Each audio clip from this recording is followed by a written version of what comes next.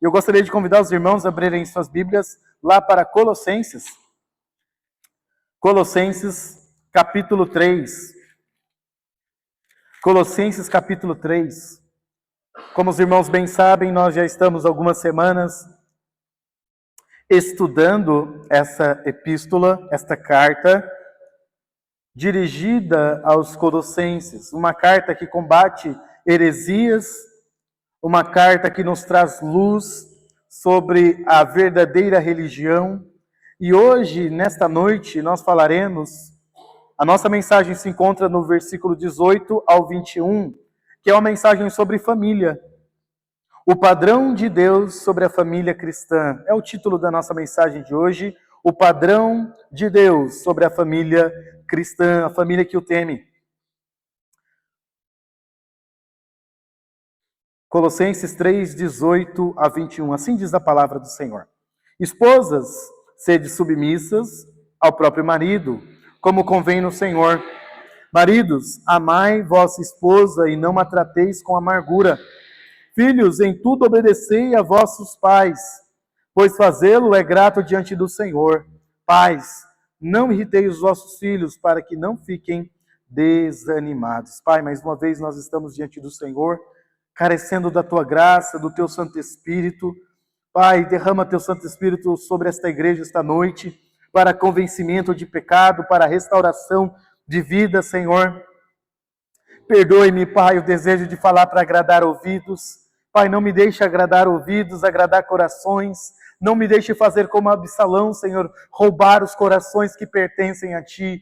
Por isso, Pai, me ajude, como a Tua palavra diz, ser fiel aos oráculos do Senhor. Pai, me ajude a anunciar a Tua palavra com fidelidade, com poder, com alegria, com entusiasmo. Ó Pai, que a Tua palavra, Pai, o Teu Santo Espírito, hoje liberte vidas aqui. Restaure casamentos, Senhor. Restaure os lares. Que o Senhor nos dê discernimento para todos os que estão aqui presentes. Como o Senhor quer que tenhamos o nosso casamento. O que o Senhor espera da nossa família. Ó Pai, purifica-me com Teu sangue. Lava o meu coração. Lava a minha mente.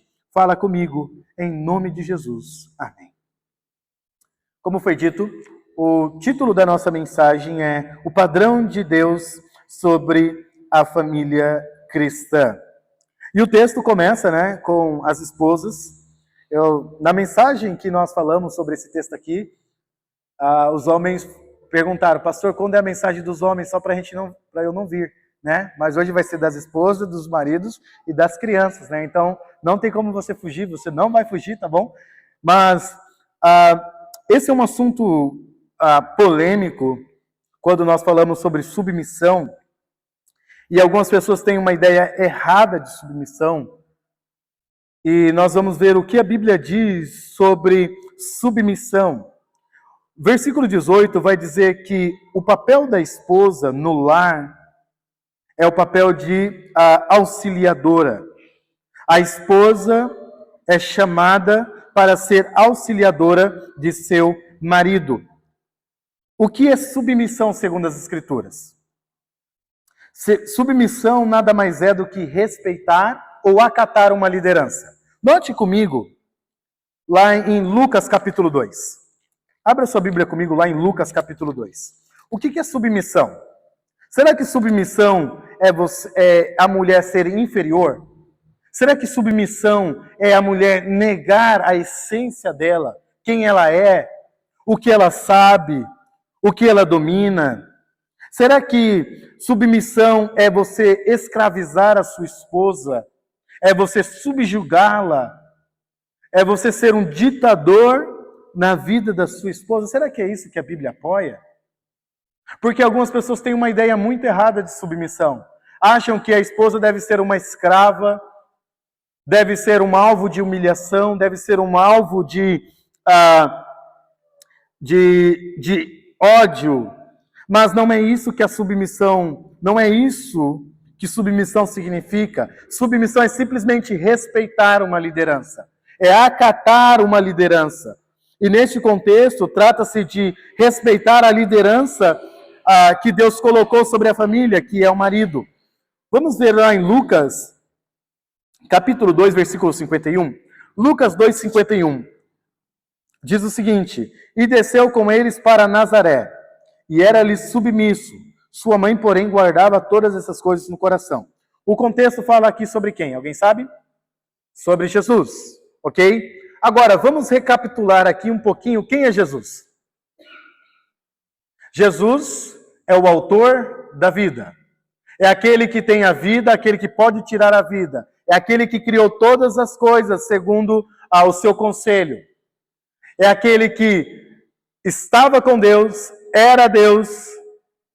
Aquele que tomou a forma humana, a forma de servo, a forma humana. Aquele que tomou o nosso lugar naquela cruz. Aquele que tem a onisciência, a onipresença, a onipotência. Aquele que é eterno, que antes de Abraão existir, ele era. Esse era Jesus.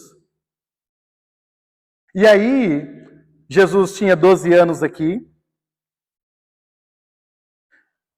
sendo 100% homem e 100% Deus. E o texto nos diz que Jesus obedeceu. A ideia de submissão é isso. Acatar, respeitar. Ele respeitou a liderança que Deus colocou sobre ele.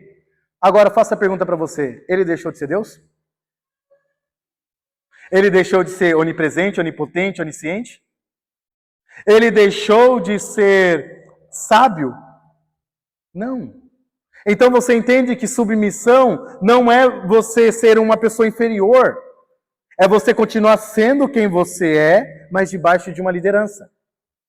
Ok? Cristo, sendo Deus, ele respeitava a liderança de seus pais. Lembrando que o texto vai usar pais, mas José era o padrasto de Cristo, tá bom? Era o pai ali, podemos dizer, adotivo. Cristo foi gerado pelo Espírito Santo em Maria, tá bom? Então, submissão é simplesmente respeitar a liderança que Deus colocou em nossa vida. Por exemplo, vocês não são inferiores a mim. Nem a mim, nem ao pastor Jorge, nem a qualquer líder. Quando Cristo voltar ou ele me levar para ele, eu prestarei conta sobre vocês. Então, eu responderei sobre o rumo que eu estou levando essa igreja.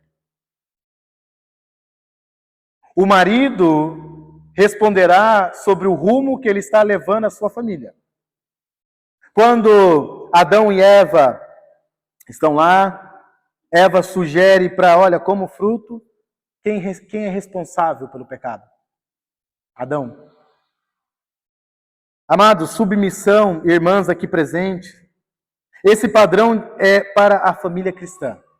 Eu posso falar isso para aqueles que não conhecem a Deus. Isso será loucura. O padrão de Deus para sua vida, irmã, aqui presente, é que você respeite seu marido. Você acate ele como líder, você aceite ele como líder. A esposa não está no lar para brigar pela liderança. Quem vai liderar mais? Não é isso que deve acontecer no casamento. A família cristã é a esposa como auxiliadora. A auxiliadora, se você ler Provérbios 31, era uma mulher proativa. Você vê na Bíblia mulheres aconselhando, você vê mulheres instruindo os filhos. Então, não nega a sua essência. Submissão não nega a sua essência. Coloca você exatamente onde Deus te planejou para estar. Isso é submissão. É você entender que o seu marido é o líder. Tranquilo? Agora a lapada vem nos olhos. Agora, Paulo, se você ler Efésios 5, você vai ver o peso que Paulo coloca em nossos ombros. E nós vamos entender a beleza da submissão quando nós entendemos a beleza do nosso chamado, homens. Quando o homem entende o chamado dele como marido, o que Deus espera dos homens, a submissão é algo belo. Porém, para os incrédulos, submissão é algo terrível. É algo opressor, mas não é isso que a Bíblia ensina. Se você está oprimindo sua esposa, você está errado, você está pecando, você está falhando. Deus não te chamou para oprimir. Se você ler as Sagradas Escrituras, o marido é chamado para tratar a esposa como um vaso frágil. Caso ele não faça isso, suas orações não estão sendo respondidas. Por isso, nós temos que tomar muito cuidado da forma que tratamos a nossa esposa. A Bíblia é muito clara e nós já vamos ver isso. Note comigo o versículo 18, lá de Colossenses, diz que a submissão é algo correto para o Senhor. Note comigo o versículo 18. Esposas, basicamente nós podemos traduzir aqui: respeitem, acatem, obedeçam ao próprio marido, como convém no Senhor. A ideia de, essa palavrinha aqui, convém, significa correto. Isso é correto aos olhos de Deus. O padrão de Deus é a esposa como auxiliadora, ok? Agora, o padrão de Deus para o marido é amor. Ou palavrinha difícil, ou verbo difícil. Porque o homem, infelizmente, nós somos egoístas. Ao invés de servir, nós queremos ser servidos.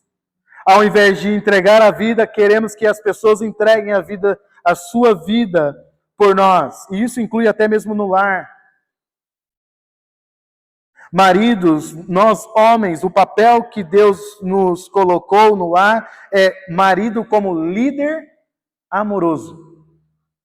A esposa como auxiliadora e o marido como líder amoroso. Note comigo, amar aqui. O verbo amar, lembra da aula que nós tivemos? Está no tempo presente, aqui é imperativo. Submissão é imperativo, que é a ideia de ordem, não é uma opção para a sua vida, é o mandamento do Senhor para você, mulher. Homens, amor é uma ordem. E interessante que a ideia é ame continuamente. Ou seja, na Bíblia, se você estudar esse texto, não há motivo, a Bíblia não te dá motivo para deixar de amar a sua esposa. Ou agir sem amor. A ideia é que ame continuamente a sua esposa. Ame constantemente. Ame habitualmente sua esposa. Ame de forma habitual. Essa é a ideia do texto. Então a Bíblia não ensina você, homem, a algum momento da vida, a agir sem amor.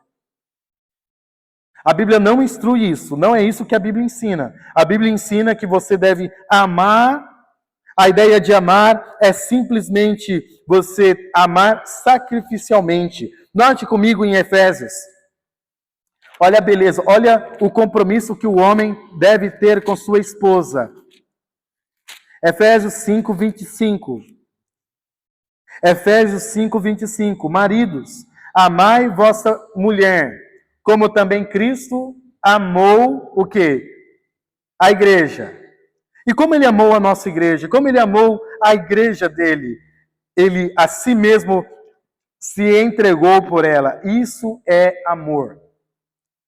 Ele se entregou para que a santificasse, tendo-a purificado por meio da lavagem de água pela palavra, para apresentar a si mesmo igreja gloriosa, sem mácula, nem ruga, nem coisa semelhante, porém santo e sem defeito. Assim também os maridos, ou seja, da mesma forma que Cristo amou a igreja, vocês, eu e você, irmão, devemos amar a nossa esposa como a nós mesmos, como ao nosso próprio corpo. Quem ama a esposa, ama a si mesmo. Porque ninguém jamais odiou a própria carne, antes se alimenta e dela cuida, como também Cristo o faz com a igreja. Nós, homens, temos a responsabilidade de amar como Cristo amou. Esse é o padrão de Deus para a família cristã. Para o incrédulo, isso é loucura. Para o salvo, isso é um alvo. Para nós, isso é um alvo. Entregar a minha vida, me sacrificar pela minha esposa. Um exemplo, se você ouve um barulho no seu quintal, não é levanta lá, mulher. Né? Levanta lá, Bidu. Né? Se você tem um Bidu aí na sua casa, né? Um cachorro, levanta lá, Pandora. Né? Capaz da Pandora ajudar a entrar dentro de casa. Aqui, ó, ele mora aqui, ó, ele está aqui dentro. Né? Pandora é terrível. Na realidade, nós temos que dar a nossa vida. Esse é o padrão de Deus. Esse é o padrão de Deus para mim e para você. Irmãos, eu não cheguei lá. Certamente nós não chegamos lá, nós homens. Eu olho e falo, poxa vida, eu amo pouco a minha esposa. Eu acredito que nós devemos sempre olhar para a cruz e nunca para nós mesmos. Nunca olhar para nós e hoje foi suficiente. Hoje a maior demonstração de amor é o dia quando nós entregarmos a nossa vida por elas. Irmãos, a perseguição vai chegar um dia. Pessoas morrem por Cristo. Estão morrendo aí fora por Cristo. Um dia a perseguição vai tentar fechar essas portas. E vai ser a maior demonstração que nós faremos pelas nossas esposas, é entregar as nossas vidas no lugar dela. A perseguição chegará, meus amigos, cedo ou tarde. O marido é ordenado a amar a sua esposa como Cristo amou sua igreja, a zelar pela vida espiritual dela, a alimentá-la e cuidar dela. O amor de Cristo foi sacrificial por sua igreja. Ele entregou a sua própria vida para salvá-la. Portanto, Cristo é o exemplo do homem. Eu não sou o exemplo para vocês. Eu sou exemplo, quero ser exemplo, né? Mas Cristo é o maior exemplo do homem. Você não foi chamado para ser igual ao pastor Herbert. Você, homem, foi chamado para ser igual a Cristo. É isso que esse é o alvo da sua vida. Eu devo ser igual a Cristo. Por isso, eu tenho aprendido o seguinte: a liderança aponta a Cristo e não para si. Nós líderes homens não apontamos para nós apontamos para Cristo, para que as pessoas não olhem para nós, mas olhem para Cristo. Esse é o alvo. Meu amigo, o seu amor, você tem um grande alvo. Mas fique tranquilo, Deus dá graça. Deus nos capacita. O segredo do meu casamento, do casamento de tantos outros aqui, é porque Cristo me salvou. Cristo salvou pessoas. Nós temos o exemplo lá de Atos capítulo 16. Atos capítulo 16, Paulo está, se eu não me engano, em Filipos. Ele prega o evangelho, Lídia se converte, ele liberta a mulher do demônio. Ele apanha por causa disso, ele, Silas, ele é jogado na prisão. Meia-noite ele está cantando, né? Acontece um terremoto, as portas se abrem, o carcereiro acorda, e o que ele está pronto para fazer? Se matar. Paulo grita, não te faça mal algum. Esse homem chega trêmulo, pede luz para Paulo, e Paulo fala, crê no Senhor Jesus e serás salvo tu e tua casa. Esse homem se arrepende dos seus pecados. Ele leva Paulo para se lavar em sua casa. A sua família se converte. E eles demonstram alegria por terem crido no Senhor. Esse homem tinha tudo, tinha um emprego, né? Tinha uma família, mas não tinha alegria. Alegria da salvação. Uma situação tão estranha mudou a vida daquele homem e de sua família. E tem mudado inúmeras vidas. Aquele homem tinha tudo, mas não tinha tudo. Tinha tudo, eu só estou usando isso como uma ilustração, tinha um emprego, tinha um lar, mas não tinha tudo em seu coração, não tinha Cristo. E Cristo entra na sua vida e transforma a sua vida, e transforma a sua família, e eles descobrem a verdadeira alegria que enche o coração. Esse é o segredo da família, meus irmãos. Se o Senhor não edificar a casa, em vão trabalham aqueles para edificá-la. Se o Senhor não for o nosso centro, em vão temos edificado o nosso lar. Se a nossa família não for edificada sobre a rocha, que é Cristo, o nosso lar perecerá. Irmãos, vocês podem hoje escolher quem vocês querem servir. Vocês podem escolher se querem servir os deuses da macumba, ou se vocês querem servir os deuses das outras igrejas falsas. Mas, irmãos, nós temos que decidir seriamente. Eu e minha casa serviremos ao Senhor. O padrão de Deus é alto para o povo dele. Mas, irmãos, é o padrão que ele espera para a sua igreja. Note o que o texto nos diz lá no versículo 19. Maridos, Amai vossa esposa e não a trateis com amargura. A ideia aqui é simplesmente de você não ficar amargurado com sua esposa. Irmãos, as mulheres erram? As irmãs não levantam a mão essa hora, né? Eu não vejo ninguém levantando a mão, mas erra. Nós vamos levantar a mão, irmãos. Eu concordo. Né? Ó, o pastor Jorge não querer se entregar. Tá bom, eu não vou me entregar, não. Mas elas erram, né? Nós erramos, irmãs? Tá vendo? Ó, é quase um coro falando. Eles erram, né? Eles falham, eles pecam, né? Mas Paulo vai direcionar essa palavra para nós, homens. Né? Homens erram, as mulheres erram, por mais que não admitam, mas erram, falham, né? Muitas vezes, irmãos, nós deixamos feridas entrar em nossos lares. Muitas vezes eu não estou dizendo que você infelizmente não vai errar, infelizmente nós erramos. Mas muitas vezes nós não tratamos as feridas dos nossos lares. E quando você não trata uma ferida, gera uma palavrinha chamada rancor ou amargura. O contrário de amargura é doce.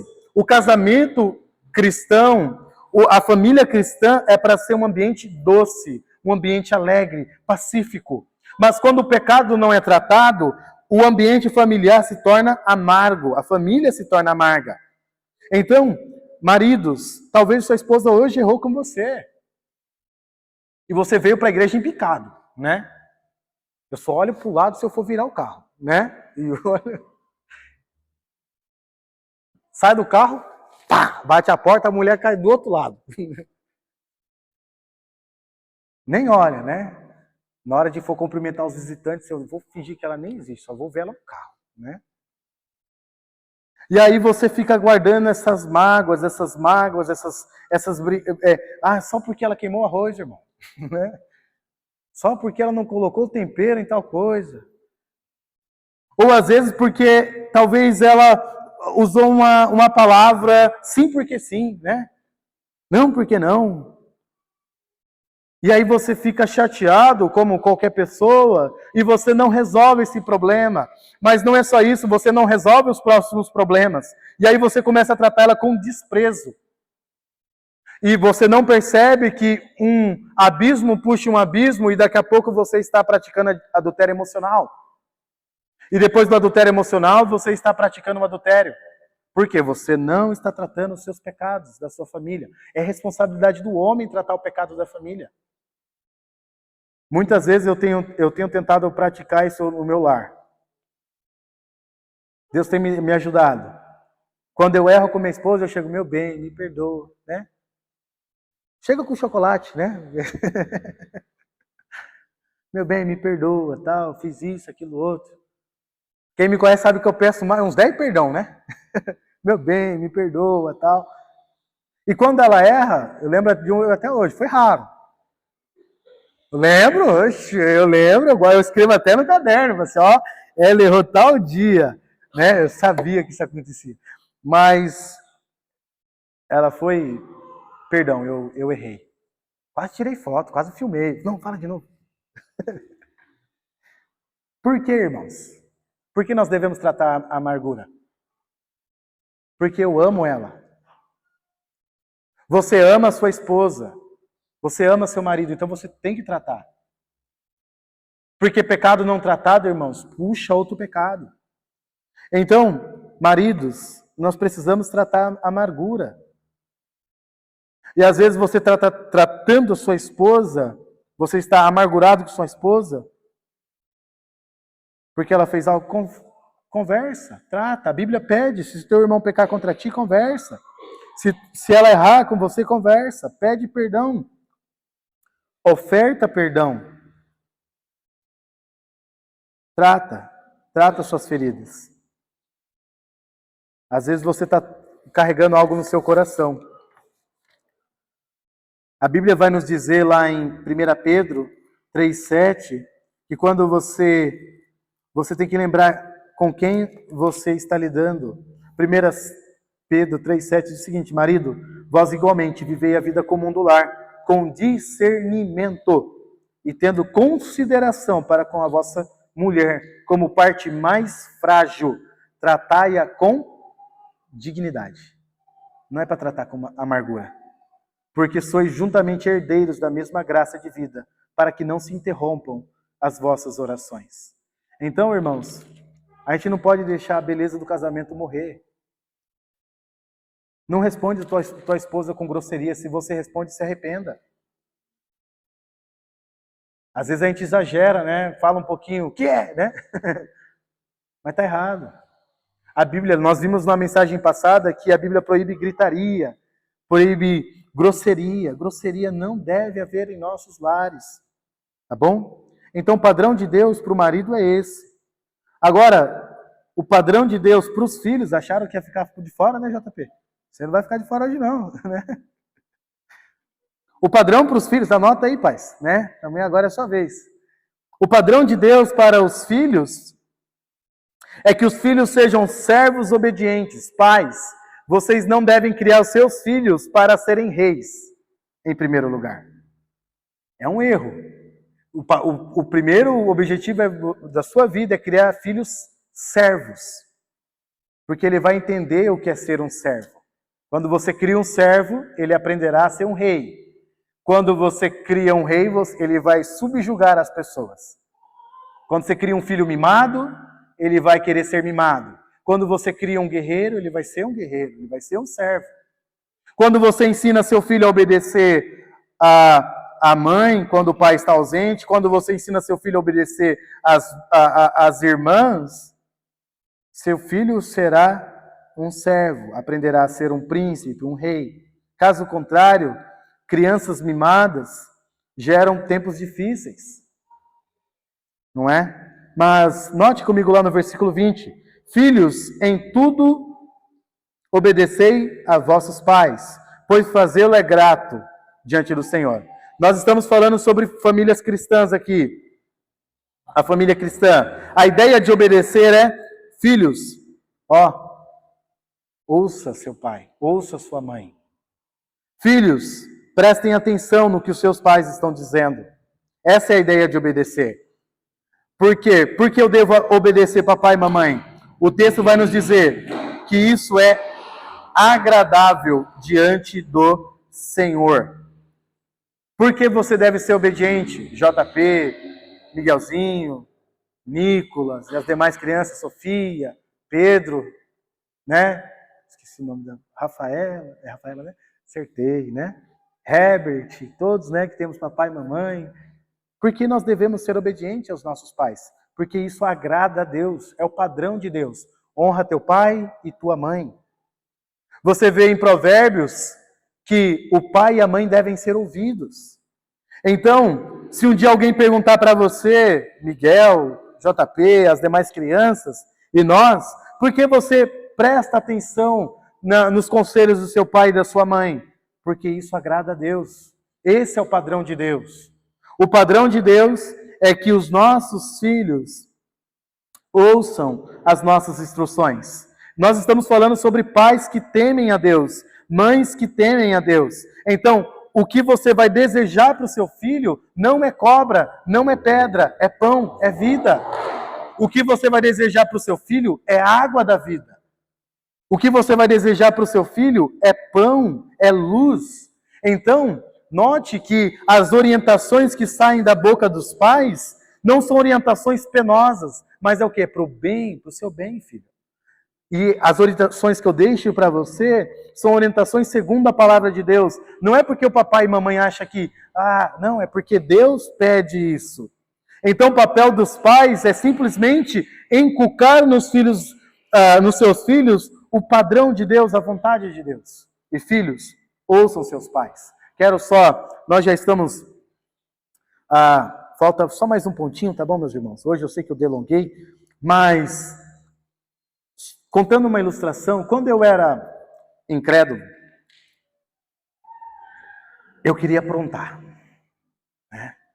Meu irmão já era convertido, meu irmão passeava para lá e para cá, dormia na casa dos outros. E eu cheguei para o meu pai e falei, pai, posso dormir na casa de um amiguinho meu? Tinha 13 anos.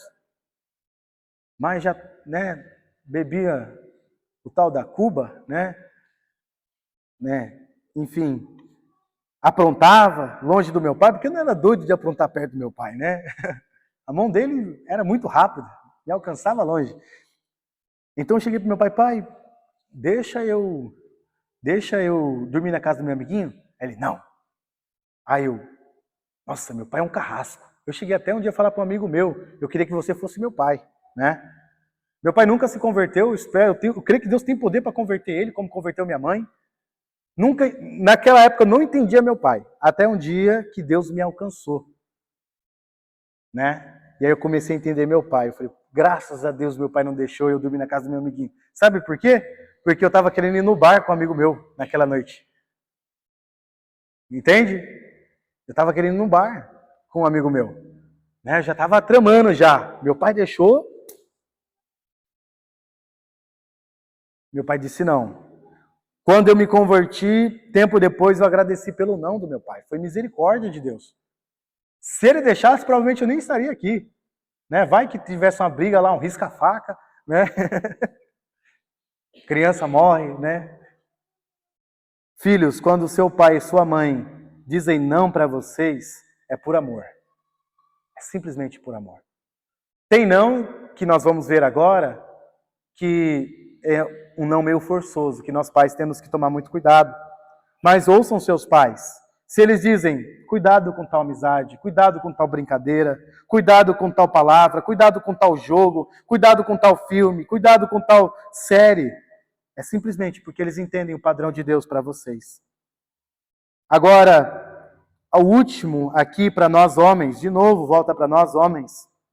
A vontade de Deus para nós, o último lugar aqui, é que eu e você sejamos sábios, homens. O marido é um líder, deve ser um líder amoroso e deve ser um líder sábio. Versículo 21, pais, não irriteis, não provoque o seu filho a ira, para que não fiquem desanimados. Paulo está focando aqui na figura do pai, o líder principal do lar. Esse líder não deve provocar seus filhos a ira, ou seja, levar seus filhos a sentir rancor. Como um filho vem a sentir rancor, amargura no lar? Quando o pai é injusto. Quando o pai excede na justiça. A Bíblia ensina que deve haver repreensão através da vara, mas ao invés de corrigir de forma correta, o pai pune de forma severa. Falta com amor, falta com atenção. O pai só critica. O pai, ao invés de ser um crente verdadeiro, é um crente religioso. Ao invés de ser um crente verdadeiro, é um fofoqueiro na casa. Fala mal do pastor, fala mal do irmão, nada tá bom para ele. Às vezes não é só o pai, às vezes é a mãe. E aí por que tem muitos desviados? Por quê? Porque os pais, ao invés de serem santos em casa, vivem uma coisa na igreja e fora são outros. E aí, aquele tão belo cristianismo que você queria que o seu filho seguisse, ele não vai seguir. Por quê? Para ele é amargura. Se para o papai e para a mamãe seguir a Deus é desta forma, por que eu vou seguir Deus? E muitas vezes o cristianismo para os nossos filhos é visto como algo amargo e não doce como deveria ser. Então, não provoque seus filhos a ira. Seja sábio ao disciplinar seu filho. Filho, isso aqui está errado. Porque Deus condena. Filho, isso é pecado. Porque Deus condena. Mostre para ele. Seja sábio. Seja um crente e não um religioso. Muitas vezes erramos nisso. Deixamos de ser amorosos. A Bíblia pede para disciplinarmos, mas devemos fazer isso com sabedoria. Então, às vezes você está trazendo, ao invés de trazer libertação para o seu filho, você está trazendo desânimo. A repreensão dói, não dói? Receber uma advertência do pai, dói. A Bíblia fala sobre isso. Mas o propósito é restauração. Você não repreende seu filho para desanimá-lo, mas para trazer vida. A palavra deve trazer vida e não morte.